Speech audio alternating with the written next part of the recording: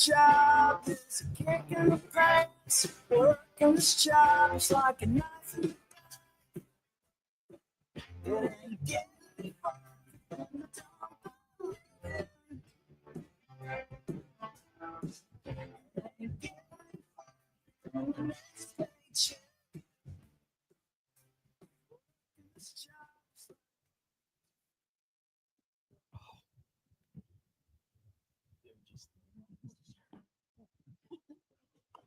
All right, thank you all. Okay, I think this is on now. Can you hear me okay? Good, okay. Well, thank you all. Excited for us to do this panel on climate jobs, building a union-centered vision for a clean energy future. I have already spoken a bunch and given you a lot of background on the climate jobs work. So, at this point, what we're hoping to do is hear more from our panelists, folks in labor, on the PGE side, as a representative and partners of the labor movement. What does it look like to try to advance a clean energy economy in Oregon that is really rooted in working people, that centers working people's voice, and make sure that we're creating union jobs and strengthening the labor movement? And this is a tough time, right? I mentioned the Inflation Reduction Act a number of times. There's been a lot of attacks on climate and clean energy efforts at the federal level. There's been sort of a dismantling of the most important climate and jobs legislation that we had ever seen in the US through the Inflation Reduction Act. And so now a lot of the conversation is about well, what can we do at the state level? How do we keep moving this work forward? And again, it's at a time when we also want to make sure that we're defending unions and the labor movement and workers' right to organize and collectively bargain. So there's a lot on our plates that we're trying to figure out. So we want to dig into how we advance this climate jobs, union-centered economy, how we do it in this particular moment, and just really lifting up that you don't do it without labor's voice at the table. And so Scott and Bob will really help us kind of bring that dimension into the conversation. So I've got a few questions for you all, but I think we should start by having you do brief intros of yourself so that everybody knows who's up here. Hi, thank you for such a warm welcome walking in. I am State Representative Dacia Graber. I am also, thank you. Oh man, this is my favorite crowd of people to be around all the time. I love it. I am also Local 1660 IAFF Delegate Firefighter Dacia Graber and House Labor and Business Standards and Workforce Development Chair. Hi, everyone. Thank you for having me today. I am Brooke Brownlee. I'm the Senior Manager of Labor, Workforce, and Community Engagement for Portland General Electric. And I also serve as the Executive Director of the Oregon Clean Energy Workforce Coalition, which is doing a lot of the great work that will align so nicely with what you were just talking about earlier.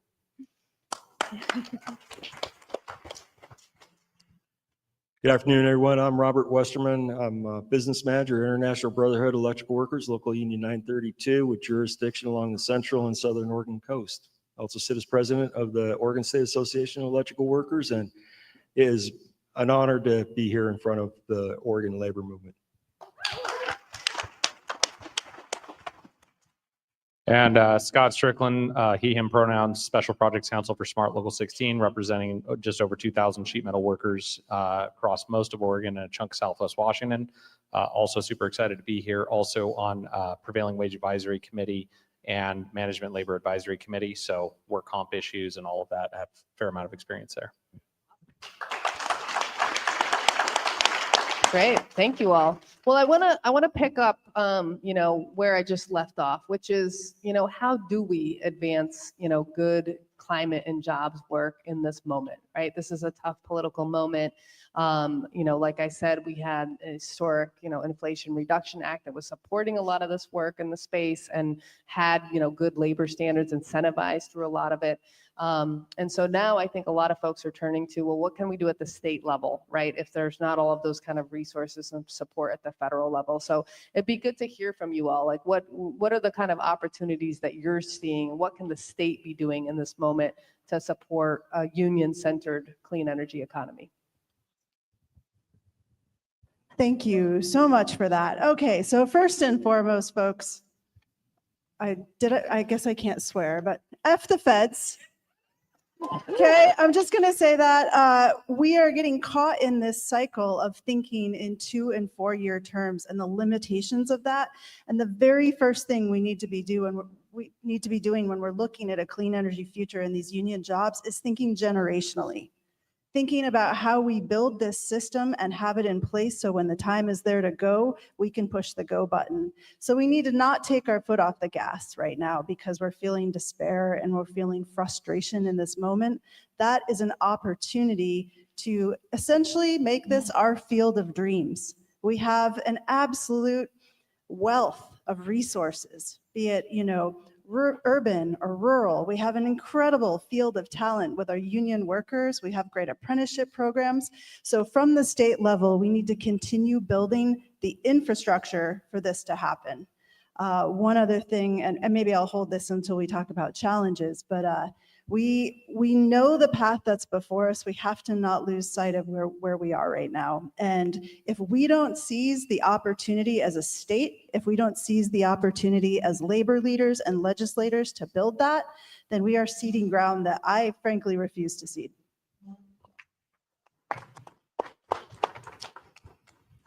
In 2021, Oregon passed one of the most aggressive energy decarbonization laws in the country. We have that today. PGE ourselves have committed to thousands of new renewable energy generation facilities, either that we brought online or will be bringing online in support of achieving that 100% decarbonization by 2040. And there are labor standards in that bill. The more that we can see continued support for labor standards, apprenticeship requirements, additional incentives for project labor agreements, et cetera, the easier it is for a company like ours when we go through a public RFP process to require union labor, which we did with our last RFP, thanks to the union support we got at the Public Utility Commission. We want to see more of that. And so the more that we can demonstrate that the work is being done and that the labor standards are having an effect and a benefit to Oregon workers, we will be able to continue to do that as we move forward to decarbonize the electric sector. I agree with everything that's been said here. I think for us in IBEW, we need to continue to build upon the good legislation that we have passed, like House Bill 2021, House Bill 4080 on offshore wind. But the challenges we face is the clean energy goals are aspirational. And the only way they're going to become realistic is if we build our way out of this. And when we build our way out of this, we need to take, there's been a lot of committees talking about how do we combat climate change. And you hear the term silver bullet a lot. At one point it was heatless or ductless heat pumps would be the silver bullet that would save us, or solar, wind, offshore wind. But it really is, it's got to be all of the above. We need to do everything we can to combat climate change. We need to bring a lot more power online. And the challenges we face with that is a really difficult regulatory system, permitting process, and NIMBYism, because it doesn't matter what these projects are, there's going to be opposition to them. And we find out that this delays us and pushes our goals further and further down the road because we can't build quick enough to meet our needs.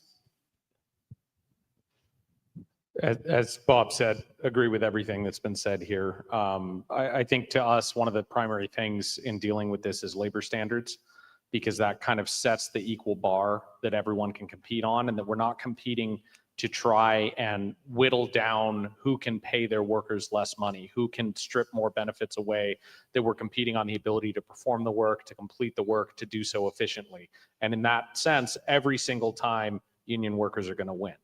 And I think that helps really drive that work. And we've had some legislative victories on there, as Rep. Graber mentioned, maybe talking about challenges soon enough. But I think that kind of mass mobilization around some core beliefs in good wages, good benefits for folks, and having that apply whenever government money is spent to build that kind of generational capacity and ensure that the organizations like the building trades that have invested in the registered apprenticeship programs for generations and generations can maximize that work and can increase that work and not have to reinvent the wheel every single time. We do have a lot of things that are working, we have a lot of things that need to be fixed, but we need to make sure that where we have scaffolding and infrastructure in place, that we're continuing to support that and mobilize it towards the green energy transition.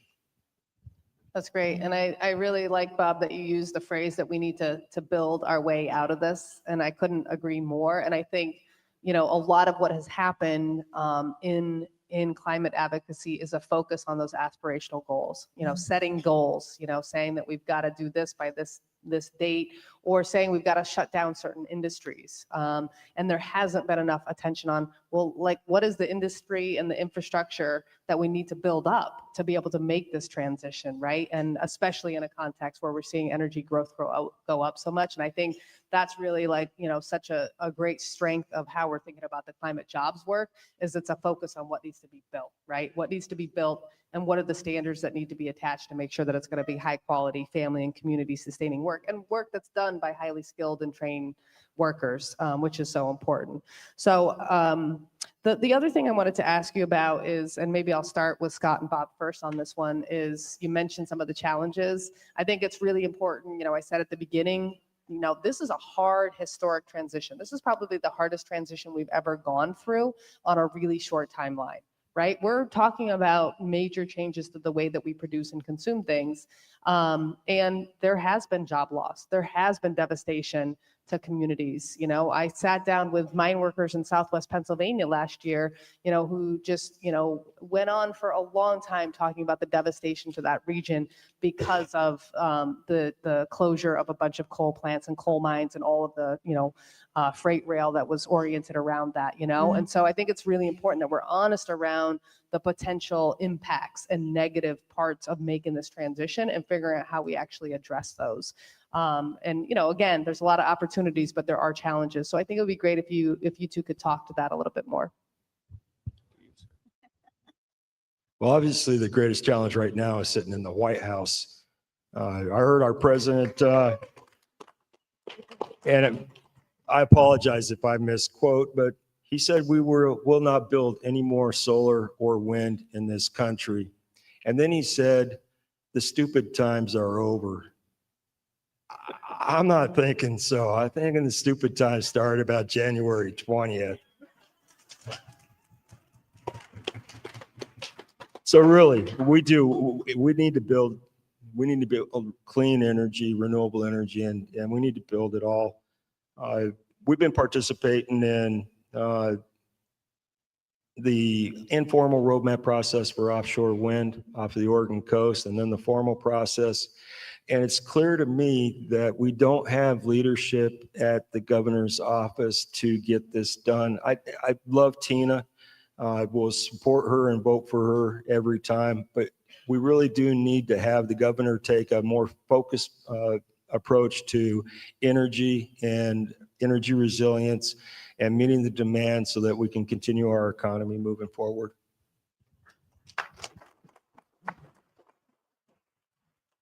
Yeah, again, reiterate entirely Bob's perspective on the onslaught that we're facing federally against all of our efforts, whether it's green energy transition, whether it's union organization, any of it. So I think that's, kind of priority number one, is addressing those issues and making sure that we were able to change that leadership next come around. I think that, we face a lot of challenges in terms of instituting and institutionalizing mission message, so that we have maybe some, and we see this especially at the public agencies where, a county commission will be on board with the labor messaging. The line staff at the county will be on board with the labor messaging and with the understanding that certain standards get passed in law, they get reinforced in regs, they actually have to be carried out when it comes to procurement time. But there's this typically tranche of middle management that gets in the way of a lot of that work. And we've seen that in, union strongholds like Portland. We've seen that in a lot of places where we need to understand that, and thankfully to Christina and Dan's work at the agencies of really pushing forward and saying, we're going to get more aggressive about this. We're going to attack liquidated damages. We're going to do these things because they've been in statute for a long time. So I think kind of mobilizing the agencies to more holistically approach these issues. And then I think a lot of times too, we have, labor is about community mobilization, community organizing from a grassroots level and an everybody in kind of perspective. And too often we're also allowed to divide ourselves among those lines where it's pitting, environmental or conservation groups against labor, against developers, against others, when maybe all of those organizations within that community are united for the need for something that's being done. So. From a utility perspective, I agree with some of the other challenges that have been identified and discussed. And you heard a little bit about this from yours.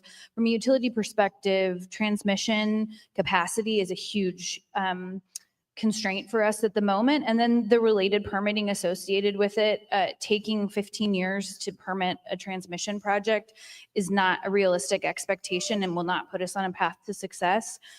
So that is the really significant one. And then also I mentioned those thousands of megawatts that we as an individual utility have committed to or have already built. The projects that we have been building have significantly benefited from federal tax energy credits. They've lowered project costs by 30 to 50%. Keeping customer prices affordable is a core tenet of who we are as a company and as a utility. And as we look to build out more infrastructure, we have to continue to keep costs affordable. And with these other challenges that we're facing, that becomes much harder. And with the phase out of the tax credits, those energy projects will be more expensive, which then adds extra cost and energy, burden to our customers. And then wildfire is another key component of the challenges that we're facing. It's not a utility only issue. It is an all we issue, as the representative well knows. But from a utility perspective, increasing wildfire risk is another key component of mitigations that are needed in order for us to effectively build out the system. And those three challenges are big ones, but working together collaboratively to solve them is the only way that we're going to be able to meet the clean energy goals that we have as a state. Yeah, pretty much what you said. I was sitting there going through, I'm like, well, that was my answer. That was my answer. But I really want to underscore the transmission piece. That's something that's been bandied about and tossed about in the legislature. And that is a massive challenge. We can't move to the next phase of these things until we can all align and get behind the push to building transmission and those transmission lines.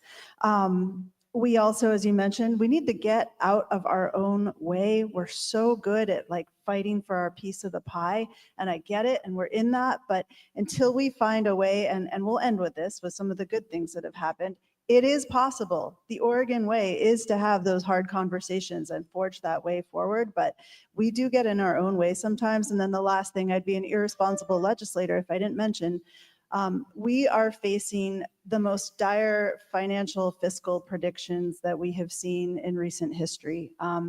We are looking at making incredibly hard choices in the next biennium as we look at, the big fugly bill there, hundreds of millions of dollars of cuts from healthcare.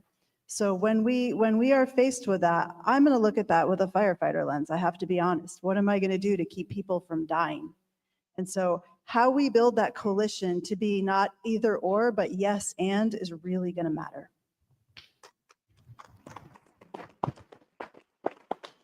That's all really helpful, and I think, coming out of the last election, it really, pushed me and I think many others to think about specifically on climate issues and the energy transition. How are we delivering for working people, right? And I think we come back a lot to the affordability question that you brought up, and then you look at who's installing solar panels, if you look at who's installing heat pumps, who's buying electric vehicles, it all skews to higher medium income families and households, And if we think about it from a jobs perspective, we want to scale that work. We want to do more of that work, and we don't want cost to be an inhibitor from families to being able to take up in benefiting from that transition, and a thing that really improves people's quality of life and lowers costs for them. So I think the affordability piece is really interesting, and I'd love to hear if any of you have any other thoughts on how we're addressing affordability. The other thing I would say is I think your piece on what do we do at the state level on transmission. There are a number of states that are now looking at setting up their own state transmission authorities so that they have access to lower cost, funding. right? And, I was just up in British Columbia. They just have built out a couple big transmission projects. Siting and permitting's been a big issue, right? They're building those transmission lines through unceded, tribal territories. And what they did is, the tribes are, half owners in the transmission projects that they're building. They just built a whole new dam. And I know in Oregon, a lot of folks say, we're not going to build another dam. They just built another big dam in British Columbia because, again, they're dealing with the increasing electricity demand. And again, the tribes will be part owners in that dam. So I think, this moment is pushing us to think a little bit more creatively about how we do this and how, we do make sure that we're building this infrastructure that we need. But again, really thinking about how we're doing it with high quality jobs and, keeping in mind the affordability for all families. So I don't know if there's anything else on affordability that anyone wants to mention. I think it just gets back to the virtuous cycle of you have the labor standards, they deliver the projects cheaper, on time, on budget, safer for the community, with access, with oversight, with job site protections. That in turn drives income generation, that drives further benefits, at the state budget level, because in Oregon, we're predominantly income tax driven. And you get the virtuous cycle of growth and protection for everyone. And I think that that's the core of what we're talking about here, because as you mentioned, with affordability in terms of delivering the projects, with the ability of wide variety of families to be able to afford that. So it's not just one high class of society that's able to build in a climate resilient way and everybody else is left behind. So I think that all sort of feeds into itself. And that's part of the problem that we have seemed to have lost that perspective that this can be a win-win-win, the yes and that you referred to. On affordability, I just want to say this on affordability. Things would be a lot more affordable if labor represented all American workers in this country and negotiated good wages and benefits for them. I think the labor standards are important, but I want to give a shout out to the building trades unions in the room, because what we do is we take people that have zero experience in construction, we put them into apprenticeship programs, and we turn them over a period of time into journey level workers that can make a good, decent middle-class wage. And I don't see community colleges doing what we do. I don't see workforce investment boards doing what we do. Collectively, the building trades here have the best workforce training program in the world. So thank you. Here. That's debt-free. That's debt-free. That doesn't require large infusions of tax dollars to operate. Yes. We have a lot of legislators and others who come to us and they say, especially after the Inflation Reduction Act was passed, they said, all of these people are going to be taking advantage of the incentives. They're going to be installing solar panels and heat pumps and wanting EV chargers. And are we going to have a worker shortage? Are we not going to have enough workers to do this job?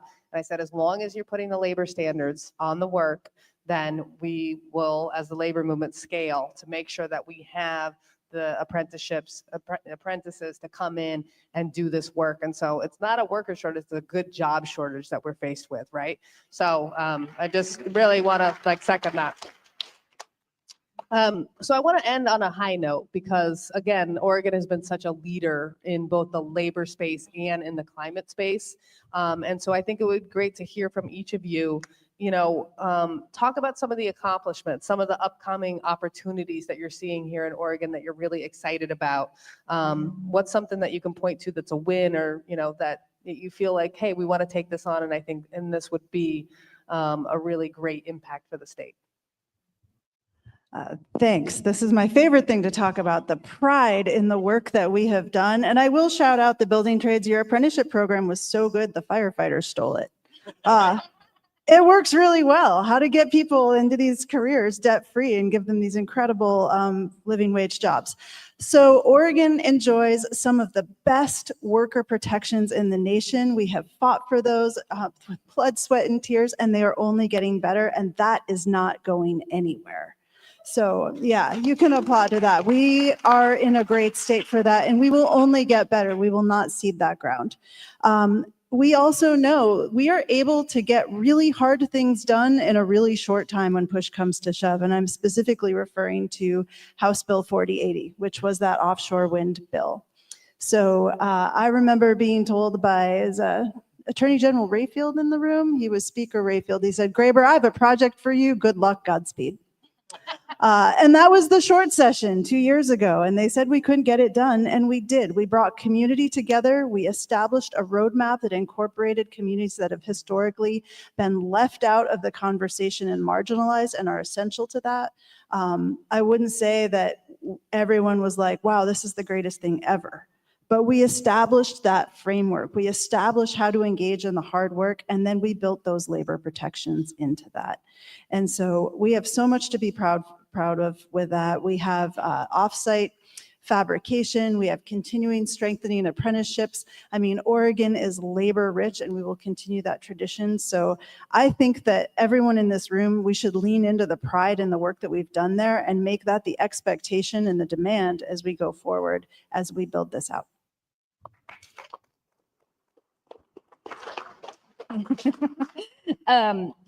There are many things I am proud of that we have historically done. The labor standards in House Bill 2021 is an important one. PG was a huge advocate for that.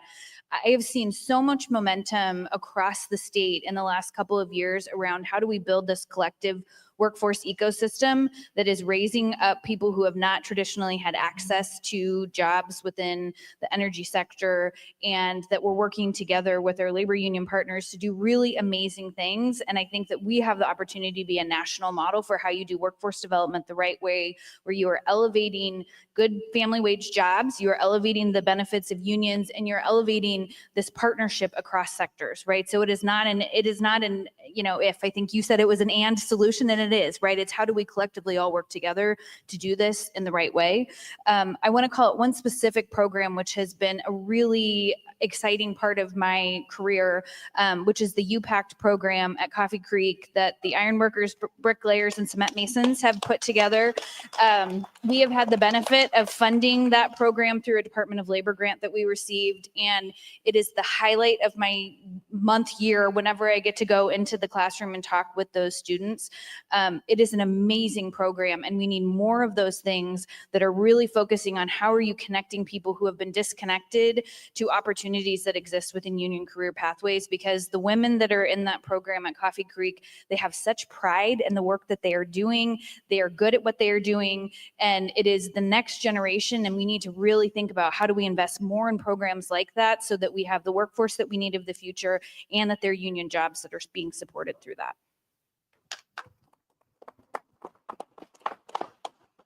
I think the success is evident in the legislation that we passed, and it took a lot of hard work to get us to where we are. I'd like to recognize at least one individual, it's a guest in the room, for the efforts that he's put in to help us get to where we're at, and that's Ramphis. I won't try to pronounce your last name, but we have worked with Blue Green Alliance to some great success. The reason I say that is because engaging in these spaces, when you're talking about the development of projects and the community benefits, the benefits that should flow to the community where those projects are located, workforce development, it's informed us, or at least my local union, on other projects. We had a $40 million public housing project that's coming out of the ground in North Bend, being built by the North Bend Public Housing Commission. And it became, we were aware that they had hired a non-union contractor out of Portland for the electrical work. So got, one of the things we do is we chase work. We want work for our members and get as much of that work as possible. And I met with the Public Housing Commission, and I talked about, will this bring benefits to the community? Will it help us get more of our local people into apprenticeship programs and receive the training that they need to achieve journey level status by working on this project? Because all of our training, every project that we build is another training opportunity for future journeymen. And the engaging in this area with the Blue Green Alliance and the building trades and others has helped us develop that message that shows that it is a benefit to our local communities to hire local union contractors that will put local citizens to work and teach them how to, to become a journey level worker. So, thank you. I think reiterating all of that, again, that everyone has mentioned, I think in terms of successes, I think politically and legislatively, we've really seen a ton of progress. We've seen a ton of progress on issues traditionally like work comp that have been a just backslide and nothing but. But thanks to Rep. Graber's amazing work and tireless advocacy, we've been able to really start to push that forward in partnership, on HB 2021 with PGE and other developers, working together as the building trades again, with call out a few specific allies, Katie Tyson, Tan Perkins, their tireless efforts, Ranfis Giannatino Viatoro as well. Mark Brenner, I think, providing a lot of the sort of intellectual backing for the things that we do. Lauren Bulling and others, Chris Carpenter, Chris Hewitt in the building trades advocating all the time, and leadership through Robert. I think we've really started to push the boulder down the hill and are starting to see a lot of that progress, and having public agencies understand, look, I'm building a project, but I also have a mental health crisis, a healthcare crisis, a housing crisis, 4 other issues that I'm trying to address. I can address all of that with a union job, and it's all done. So I think we've really seen growth in that and those labor standards coming through. We've been able to achieve things like offsite fabrication coverage for prevailing wage.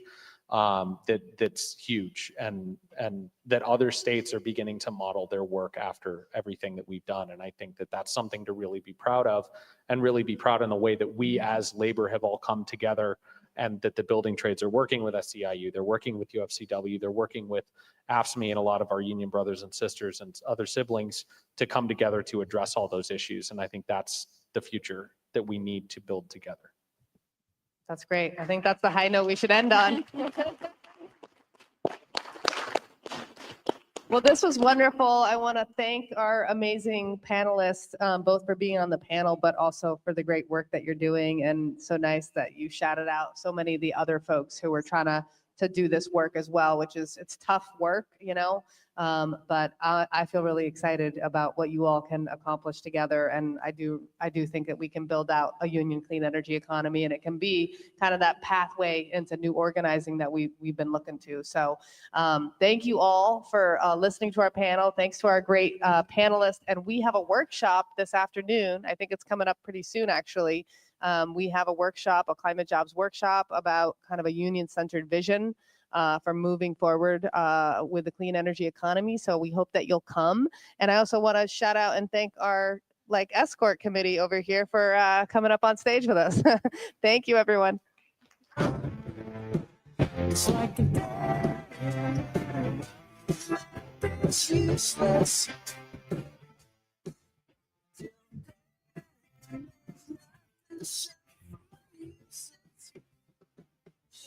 Keep the music going. Give it up for the panel. Thank you, Laura.